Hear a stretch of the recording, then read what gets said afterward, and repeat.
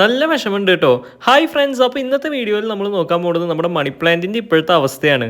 അത്യാവശ്യം കുറച്ച് ചെടികളൊക്കെ വളർത്തുന്നവരാണെങ്കിൽ ഈ ഒരു സംഭവം ഫേസ് ചെയ്തിട്ടുണ്ടാവും കേട്ടോ. കാരണം നമ്മുടെ ശ്രദ്ധയിൽ നിന്ന് ഒന്ന് മാറിപ്പോയി കഴിഞ്ഞാൽ ചില ജീവികൾ വന്നിട്ട് ദേ ഇതിൻ്റെ നീര് കുടിക്കുക, അല്ലെങ്കിൽ അതിൻ്റെ ആ സ്കിൻ കംപ്ലീറ്റ് കഴിക്കുക എന്നുള്ളൊരു അവസ്ഥയാണ്. അപ്പോൾ നേരത്തെ കണ്ട ആ ഒരു പ്രാണി ഉണ്ടല്ലോ, ആ പ്രാണിയാണ് ഇതിനൊക്കെ കാരണം. ആ പ്രാണിയല്ല ഇത് മുഴുവൻ കഴിച്ചത്, ആ പ്രാണിയുടെ ലാർവകളാണ് ഈ പുഴുക്കളായി വന്നിട്ട്, നമ്മൾ ചൊറിയാൻ പുഴു എന്നൊക്കെ ഇവിടെ പറയും, നിങ്ങളുടെ അവിടെ എന്താ പറയാന്ന് എനിക്കറിയില്ല.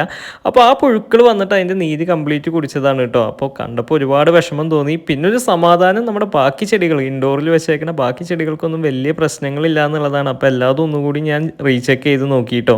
അപ്പോൾ അതിനൊന്നും വലിയ പ്രശ്നങ്ങളൊന്നുമില്ല. അങ്ങനെ നോക്കിയപ്പോഴാണ് ചില ലീഫുകളൊക്കെ ദേ ഇതുപോലെ ഡാമേജ് ആയി തുടങ്ങിയിട്ടുണ്ട്. അപ്പോൾ ആ ഭാഗങ്ങളൊക്കെ ഒന്ന് നമുക്ക് ക്ലിയർ ആക്കി എടുക്കണം.